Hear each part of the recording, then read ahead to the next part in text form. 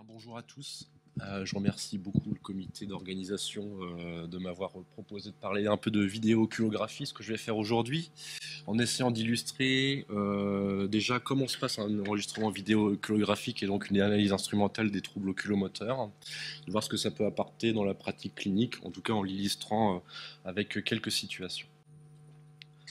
Alors, avant de commencer, je fais juste un tout petit peu de publicité. Depuis quelques mois, on a fait avec notamment les gens de la Pitié et de la Fondation Rothschild un club des amis des mouvements oculaires. Il est ouvert à tous depuis globalement quelques semaines.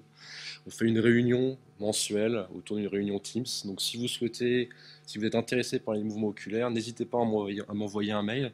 Puis je vous mettrai dans la boucle à ce moment-là pour pouvoir participer à nos réunions. Alors en guise d'introduction, on va définir les différents types de mouvements oculaires qui existent. En fait, il y en a deux grands types. Il y a ce qu'on appelle les mouvements de capture et les mouvements de stabilisation. Donc, les mouvements de capture, on en fait plusieurs dizaines de milliers par jour. C'est ce qu'on appelle les mouvements des saccades. Les saccades, c'est un mouvement en fait qui répond à une balistique très importante, c'est-à-dire un mouvement qui va très vite. On a généralement des saccades chez le sujet sain qui peuvent aller à 500 jusqu'à 700 degrés par seconde. Donc ça veut dire en une seconde, le globe oculaire en soi, s'il était complètement libre, pourrait tourner 2 fois sur son axe complet. Et on différencie différents types de saccades. Donc il y a ce qu'on appelle les saccades qui sont spontanées. Par exemple, je fais une tâche cognitive, j'explore mon environnement sans forcément qu'il y ait de but, je passe un petit peu mon œil de chacun d'entre vous. Donc ça, c'est ce qu'on appelle des saccades spontanées, elles n'ont pas fondamentalement de finalité. Ensuite, il y a les saccades qu'on dit automatiques. Donc ça, c'est dans certains mécanismes, comme par exemple dans le nystagmus optocinétique. Donc ça s'appelle nystagmus, mais ce n'est pas un nystagmus parce qu'il n'a pas fondamentalement de caractère pathologique, mais il est défini par une phase lente et une phase rapide. Et donc la phase rapide du nystagmus optocinétique, quand vous avez un panorama qui défile devant vos yeux, et ben c'est ce qu'on appelle une saccade qui va être automatique.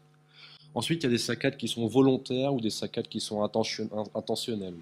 J'ai la Joconde devant moi, je souhaite l'explorer dans son ensemble, je vais regarder ses yeux, je vais regarder son menton, je vais générer des saccades pour regarder ça, qui vont être d'amplitude différente en fonction de la proximité que j'ai par rapport à elle. Donc ça, ce sont des saccades qui sont volontaires ou intentionnelles. Et ensuite, on a des saccades aussi qui sont réflexes. Par exemple, je suis en train de bouquiner, y a une abeille qui vient se poser sur mon livre, ça me fait peur, je vais faire une saccade réflexe pour essayer d'analyser ce qui est le message de danger. Donc ça, c'est une saccade réflexe. Et donc toutes ces saccades, elles sont hautement sur le plan de l'implication corticale. C'est surtout effectivement en termes notamment d'initiation de ces différents paramètres, les structures corticales. Dans leur exécution, les saccades, elles sont essentiellement sous-corticales et impliquent surtout le cervelet et surtout le tronc cérébral. On va voir ça sur la diapositive d'après. Donc ça, c'est les mouvements de capture. Ensuite, il y a les mouvements de stabilisation. Et ça, tout dépend quel est le type de votre cible. Soit la cible, elle est fixe, donc soit elle est dans l'axe, dans fixation centrale, soit elle est latérale. Donc je vais bouger mes yeux pour fixer la cible et maintenir mon focus sur cette cible. Donc ça, il ne faut pas imaginer du tout que la fixation, c'est un mécanisme qui est passif. Au contraire, il est très actif sur le plan neuronal. Et si on en touchera un mot, éventuellement, si on a le temps. Maintenant, lorsque la cible est mobile, mais par contre que la tête est en mouvement, là, c'est un autre système qui est impliqué, ce qu'on appelle le réflexe oculovestibulaire. La cible aussi, elle peut être mobile. Et donc, si vous avez un panorama qui défile devant vous, on en a parlé tout à l'heure, vous mettez en jeu ce qu'on appelle le nystagmus optocinétique. Si la cible va bouger sur un plan sagittal, à ce moment-là, c'est des mécanismes de vergence qui sont impliqués. Et lorsque la cible bouge sur un plan horizontal, à ce moment-là, c'est des mécanismes de la poursuite. Ce sont des mécanismes très subtils et très compliqués, entre guillemets, à décrire. En tout cas, il faut savoir que quand on a une maladie du système nerveux, la première chose qui va être altérée, c'est la poursuite parce qu'elle implique une multitude de structures anatomiques. Et c'est quoi la finalité de ces différents mouvements oculaires? En fait, si on l'analyse, en fait, il n'y a qu'un seul but, c'est de maintenir la cible visuelle sur la zone de la rétine qui permet en fait de déterminer vraiment la meilleure discrimination visuelle, c'est-à-dire la fovea. Donc le but, c'est que tous les mouvements oculaires fassent que l'image, le focus de l'image, se focalise au niveau de la fovea. Alors ça, c'est un tableau relativement rébarbatif, mais relativement exhaustif, des différentes structures du tronc cérébral qui sont impliquées dans les différents types de mouvements oculaires. Saccade, poursuite, vergence, réflexe oculovestibulaire et les différentes voies qui sont associées. Donc nous, en vidéo-oculographie, ce qu'on utilise beaucoup et ce qu'on étudie, c'est surtout les saccades. Donc il n'y a pas besoin forcément pour vous de connaître toutes ces structures, mais il y a des structures qui sont très importantes, notamment dans l'exécution des saccades. Encore une fois, la commande des saccades, c'est une fonction qui est très corticale, mais l'exécution, c'est une fonction très sous l'égide du tronc cérébral. Et nous, on parle plutôt que d'organisation mésencéphalique, pontique et bulbaire, on parle plutôt d'une organisation plutôt sur un axe antéro-postérieur avec le basis, le tegmentum, puis après le tectum. On parle plus de ça entre guillemets en termes de mouvement oculaire. Et je vais juste citer 4 ou 5 noyaux qui sont très importants dans l'exécution des saccades. Le premier noyau, c'est le NRPC, ce qu'on appelle le Nucleus Reticularis Pontis Caudalis.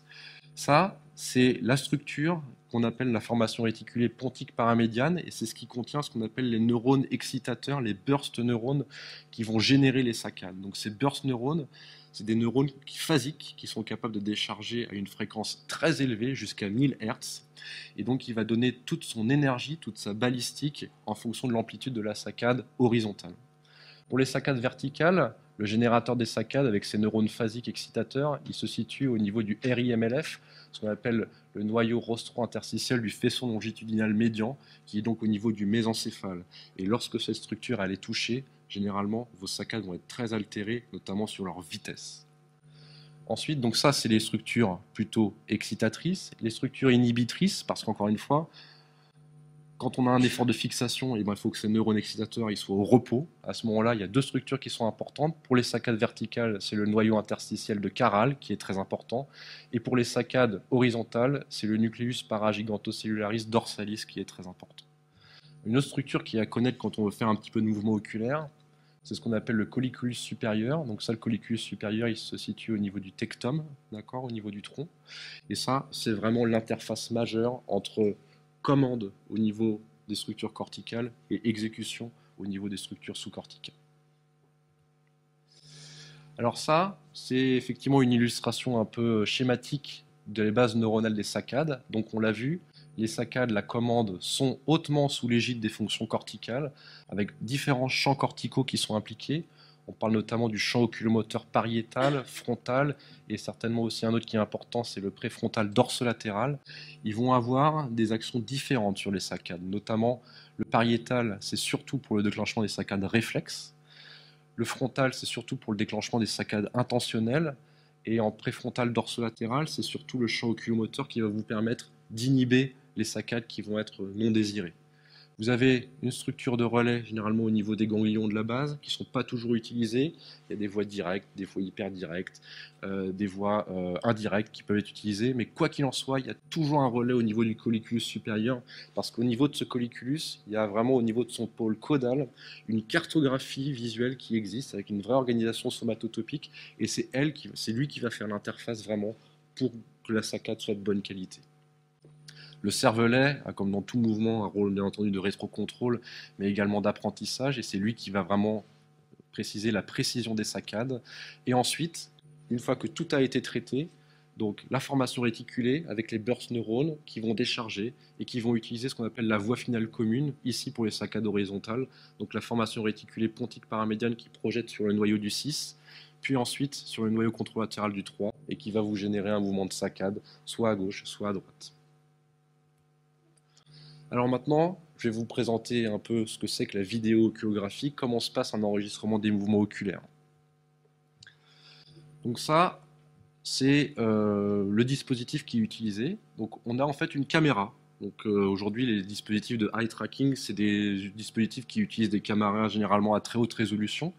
Donc on peut aller jusqu'à 2000 images par seconde, ce qui est beaucoup trop. Donc nous on utilise plutôt du 1000, ce qui est largement suffisant. Ça veut dire que vous avez un événement analysé toutes les millisecondes. Donc pour utiliser des analyses de vitesse, de latence, de gain, c'est largement suffisant. Et la première étape, c'est de faire ce qu'on appelle une étape de calibrage. C'est-à-dire que vous avez votre patient qui va être installé au niveau de la tétière et vous allez faire une épreuve de calibrage au niveau des différents coins de l'écran pour que la machine se calibre en fonction de la distance, en fonction des différents paramètres, pour que globalement ce que vous mesuriez soit calibré. Donc aujourd'hui, il y a des dispositifs de eye tracking qui sont un peu plus modernes. Là, c'est un dispositif avec une tétière qu'on utilise à l'hôpital Avicenne, mais il y a certains eye trackers qui ont aussi maintenant des casques, donc ça permet globalement de se mettre à l'abri des patients qu'on ne peut pas enregistrer parce qu'ils ne peuvent pas tenir assis. Mais en tout cas, vous ne pouvez faire un enregistrement des mouvements oculaires qu'à partir du moment où un patient a un minimum d'acuité visuelle, qu'il n'a pas d'apraxie à l'ouverture des yeux, qu'il n'a pas de blépharospasme, qu'il soit coopérant, qu'il comprenne les consignes, qu'il n'y ait pas de lésion focale associée à une pathologie neurodégénérative, parce que si vous avez une lésion focale, eh ben vous risquez de fausser votre interprétation.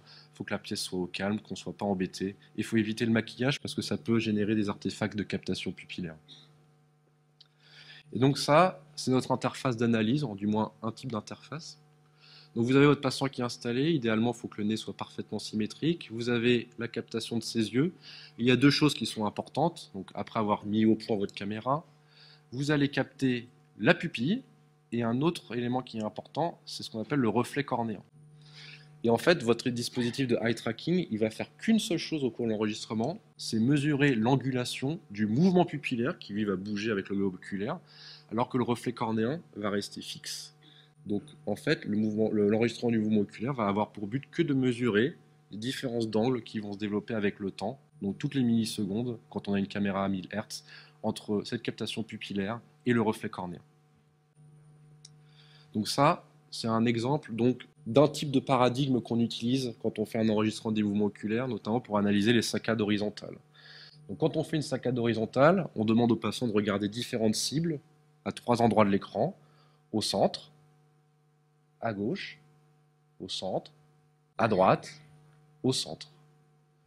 Et ensuite, on peut analyser ce tracé, du moins le voir en direct. Vous allez avoir donc là une saccade à gauche avec le mouvement qui a lieu. Et si vous regardez les yeux du patient, vous allez voir que au niveau pupillaire, ça va bouger, mais pas forcément au niveau du réflexe cornéen, du moins enfin, parce que là la caméra est centrée. Mais en fait, le reflet pupillaire ne bouge pas. Le reflet cornéen ne bouge pas, c'est la pupille qui bouge. On fait la même chose pour des saccades verticales, en haut, au centre, en bas, au centre. Et la même chose, vous allez avoir un tracé avec une saccade vers le haut, une saccade vers le bas, une saccade vers le haut. Donc c'est pas toujours c'est aléatoire, hein, généralement le paradigme, on n'a pas toujours gauche, droite, haut, bas. Et il y a aussi un intervalle qui va être fluctuant entre les différentes apparitions de la cible pour pas qu'il y ait un phénomène d'habituation et d'anticipation pour le malade. Et une fois que vous avez fait ces tracés, donc généralement c'est bien d'avoir une quarantaine, une cinquantaine d'événements à analyser, qu'on va analyser un par un. Il y en a qu'on va jeter parce que le patient a anticipé, parce qu'il a eu un réflexe de clignement au moment de l'enregistrement. Et donc on va pouvoir analyser la saccade. Donc la première chose qu'on analyse, c'est la latence. Donc la latence, c'est le temps qui va s'écouler entre l'apparition de la cible d'un côté et le temps que va mettre le patient à générer ce mouvement. Donc c'est cette distance entre l'apparition de la cible et le début de la saccade. Et ça, c'est globalement le seul paramètre de la saccade qui est vraiment sous l'égide corticale. Donc si vous avez un patient qui a un ralentissement idéomoteur, s'il a un trouble de l'attention et de la concentration, généralement les latences vont être allongées et les latences normales, la plupart du temps, c'est entre 130 et 220 millisecondes. Ensuite, ce qu'on peut mesurer, c'est la précision de la saccade, ce qu'on appelle en fait, nous, le gain. Donc le gain, c'est le rapport de la saccade principale sur l'amplitude normalement de la cible totale. Donc là, normalement, c'est du 24 degrés. Donc une saccade parfaite, normalement, partirait de l'axe central jusqu'à, sur le côté gauche, à 24 degrés. Mais en fait, ça se passe quasiment jamais comme ça. On n'a jamais une précision de l'ordre de 100% du mouvement de la saccade. On a toujours, normalement, chez le sujet sain, environ 10% d'erreur. Et on considère donc qu'un gain normal, il doit se situer entre 0,90 et 1,05. Et à ce moment-là, on va définir différents types de saccades. Des saccades qui vont être normales, qui vont répondre globalement à cet aspect-là, donc avec une petite saccade de correction qui doit faire moins de 10% de l'amplitude. Une saccade ici qui est hypométrique, c'est-à-dire qu'on voit que globalement ici le gain à vue d'œil doit être de l'ordre de 75%. Donc une saccade qui est hypométrique, qui n'est pas spécifique de grand-chose. On peut rencontrer des saccades hypométriques dans plein de types d'atteintes anatomiques. Et ici, des saccades qui sont hypermétriques, où au contraire, l'œil dépasse la cible pour après faire une saccade de correction. Donc ça, c'est ce qu'on appelle une saccade hypermétrique et qu'on peut aussi volontiers visualiser en centripète. Lorsqu'il y a le retour au niveau de la ligne de base, on voit ici que ça dépasse aussi. Donc ça, quand vous avez des saccades qui sont hypermétriques, il faut vraiment penser à un syndrome cérébelleux. Mais généralement, quand vous avez des saccades aussi sévèrement hypermétriques, vous le voyez cliniquement. Et après, on analyse la vitesse. Donc la vitesse des saccades, on regarde surtout ce qu'on appelle la Vmax. Donc la Vmax, c'est là où la pente va être la plus abrupte, la plus raide. Et la Vmax, la plupart du temps chez les patients, elle se situe au premier tiers et au deuxième tiers en fait, de la saccade. Et ça, la vitesse maximale, elle va être dépendante de l'angle que vous utilisez dans vos saccades. C'est-à-dire que si vous faites des saccades à 10 degrés, vous allez avoir des vitesses qui vont être nettement plus faibles que si vous faites des saccades de plus grand angle, c'est-à-dire de 25 degrés par exemple. Et donc ça, la vitesse, elle est hautement à corréler en fonction, encore une fois, de l'angle que vous utilisez. Et ça, pour savoir si les Vmax sont normales, on utilise ce qu'on appelle la séquence principale. Donc c'est un diagramme qui va globalement disposer en fonction de l'angle de la saccade et de la vitesse mesurée, il va vous dire si globalement c'est normal ou pas. Donc encore une fois, on peut aller jusqu'à des vitesses de 700 degrés par seconde chez certains patients, ce qui est considérable. Donc ça, c'est pour l'analyse des saccades. On fait aussi volontiers des analyses des mouvements de fixation, donc fixation centrale, sur la gauche, sur la droite, sur la droite, au centre, en haut, en bas, sauf que contrairement à tout à l'heure, vraiment, la cible va rester beaucoup plus fixe avec le temps. Et donc ça va avoir pour but de visualiser s'il y a effectivement des anomalies de fixation. Donc ça, c'est un tracé qu'on peut utiliser, qu'on peut obtenir en oculographie, où ça, c'est une fixation qui est centrale et latérale qui est normale, avec en orange la voie horizontale, en violet la voie verticale. Vous voyez qu'en fixation centrale, il n'y a pas spécialement d'oscillation. Ici, une saccade un mouvement vers la droite, une cible qui va fixer vers la droite, qui revient au centre, puis à gauche, donc ça pendant plusieurs secondes. Puis après, on passe sur le plan vertical, donc vers le haut, au centre, puis vers le bas, et ça vous permet de voir si vous avez un nystagmus, si vous avez des intrusions saccadiques, des choses comme ça. Donc ça, par exemple, c'est un tracé d'oculographie où on visualise ce qu'on appelle des ondes carrées. On peut même parler peut-être de macro-ondes carrées parce qu'elles sont relativement amples, où vous voyez dans la fixation centrale ces aspects carrés qui reviennent à la ligne de base avec un plateau qu'on appelle des ondes carrées, qu'on rencontre très volontiers dans beaucoup de maladies neurodégénératives, qui n'est pas une signature sur le plan anatomique en termes de lésions, mais qu'on rencontre très volontiers, notamment dans les atteintes des ganglions de la base. Ce qui va en définir le caractère pathologique, c'est leur abondance, parce que même chez le sujet sain, on peut avoir des ondes carrées. Si vous avez plus de 15 ondes carrées par minute, généralement, c'est considéré comme pathologique. Ici, par exemple, c'est un exemple de ce qu'on appelle un nystagmus du regard excentré. On appelle ça aussi un gaze-evoke nystagmus, où là, vous voyez, par exemple, dans le mouvement vers la droite, ce qu'on appelle un nystagmus à ressort, c'est-à-dire que vous allez avoir une phase rapide qui définit le sens du nystagmus et une phase lente qui, elle, définit le côté pathologique et qui donc donne cet aspect-là, avec volontiers, quand on a un gaze-evoke nystagmus, dans le regard central, un aspect de nystagmus à rebond, où vous voyez effectivement ce nystagmus qui va également être visible et qui généralement va battre dans l'autre sens. Pareil du côté gauche. Ici, c'est un exemple d'anomalie de fixation qu'on appelle un flutter. Donc un flutter, c'est une oscillation qui va être anarchique sur le plan horizontal, sans plateau, qui se traduit volontiers sur le plan clinique par ce qu'on appelle des oscillopsies, et qui est généralement très invalidant, et qui, ça, est hautement évocateur également d'une atteinte cérébelleuse, en sachant que quelques patients peuvent mimer des flotteurs spontanés, c'est-à-dire qu'ils peuvent générer un flotteur. Ça, la dernière chose qu'on analyse, c'est ce qu'on appelle la poursuite horizontale. Donc la poursuite, c'est un mouvement qui va être relativement lent. Il ne faut pas qu'il soit trop rapide, parce que si vous faites trop rapide, vous allez mélanger des saccades avec le patient qui va bouger donc son regard de la gauche à la droite ou du haut vers le bas si vous faites une poursuite verticale.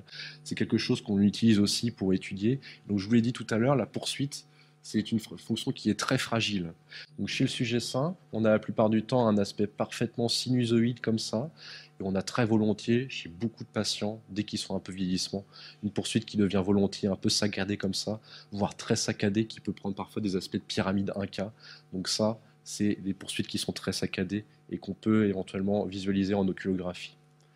Et enfin, la dernière épreuve qu'on fait de façon en routine en vidéo-oculographie, ce qu'on appelle l'épreuve des anti-saccades. Donc ça, c'est une tâche un peu différente. Vous allez avoir une cible au centre, à gauche, à droite.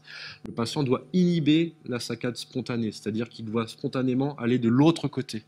Donc si la cible est centrale, il va regarder au centre. Et si la cible est à gauche, il doit porter son regard à droite. Et si la cible est à droite, il doit porter son regard à gauche. Donc c'est une tâche qui n'est pas évidente. C'est une tâche qui est généralement souvent en échec, même chez le sujet qui est relativement sain, qui a un petit défaut d'inhibition. Et on considère que un syndrome frontal-oculomoteur existe uniquement à partir du moment où si vous avez un taux d'erreur de 25%, ce qui est relativement peu. Donc maintenant, il me reste encore peut-être 2-3 minutes. Je vais juste illustrer l'intérêt de la vidéooculographie, notamment dans 2 applications. La recherche d'un syndrome cérébello-oculomoteur. Donc le cervelet, on l'a vu, c'est une structure qui est hautement impliquée dans le contrôle des saccades, dans le contrôle également des mouvements de fixation, avec plutôt les structures médianes qui sont impliquées. Le lobe flocculo-nodulaire, qui lui est impliqué dans la stabilité du regard, et le vermis oculomoteur ou vermis postérieur, et le noévofastigio, qui eux sont hautement sous l'égide, enfin qui contrôlent les saccades et également le maintien du paralysme du regard.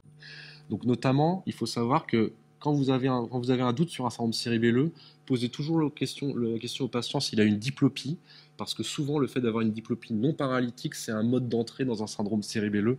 Donc il faut souvent leur demander ça, et vous pouvez avoir une petite perte du paralysme du regard dans certaines conditions. Donc ça, c'est pour de nouveau illustrer les anomalies principales oculomotrices sur le plan cérébelleux. Donc les saccades hypermétriques, on en a déjà parlé.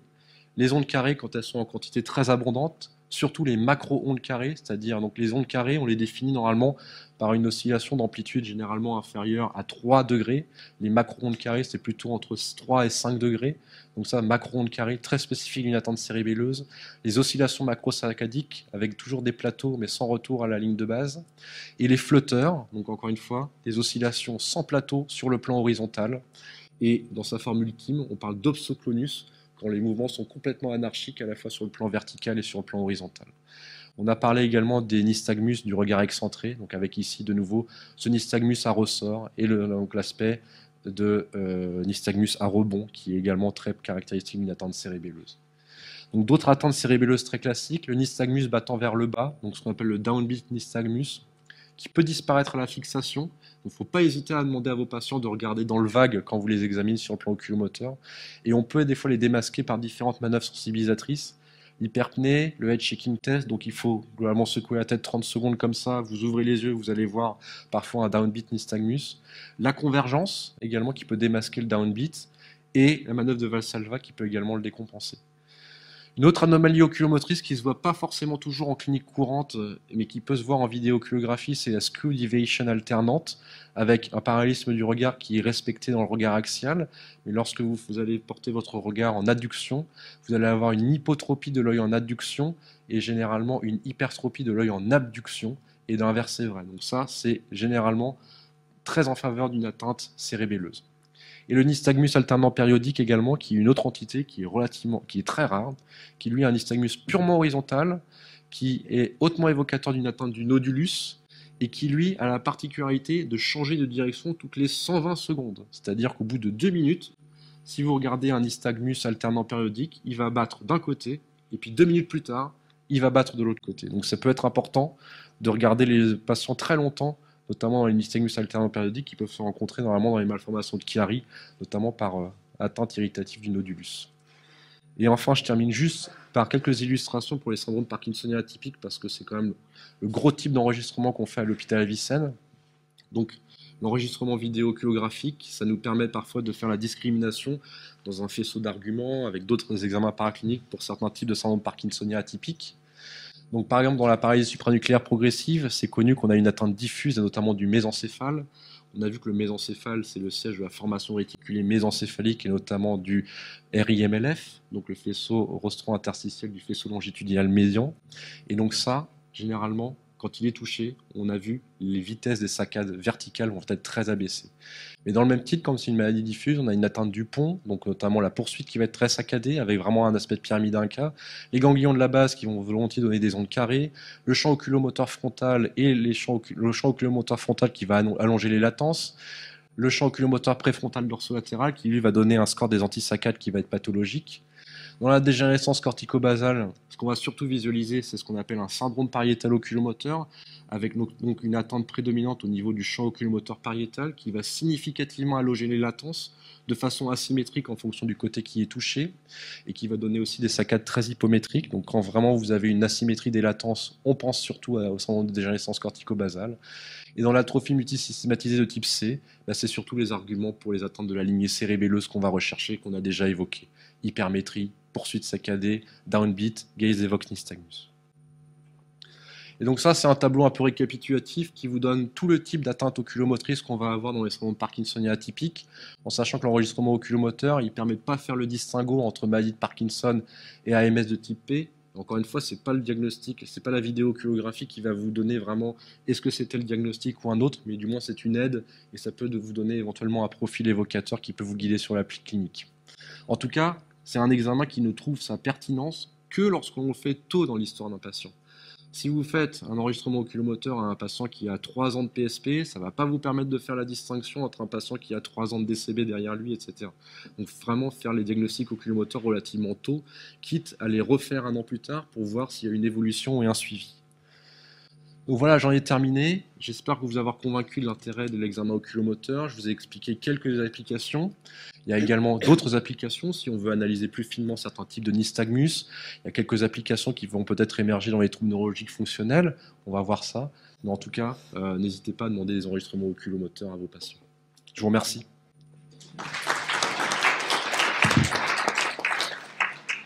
Merci pour cette présentation à la fois très complète et très pédagogique. Si vous n'avez pas tout retenu, ce sera visible en replay, donc soyez rassurés. Alors, on a le temps pour une question et je vois Bertrand qui lève la main. Philippe, merci pour ta présentation. C'est toujours très sympa et une très belle présentation. Je me posais la question, tu disais que tu jetais un certain nombre de saccades, notamment celles qui sont anticipées. Est-ce que c'est une bonne idée finalement? Parce que est-ce que dans ces saccades anticipées, ce ne serait pas un signe d'impulsivité et un argument pour tel ou tel trouble? Enfin, un syndrome frontal en l'occurrence.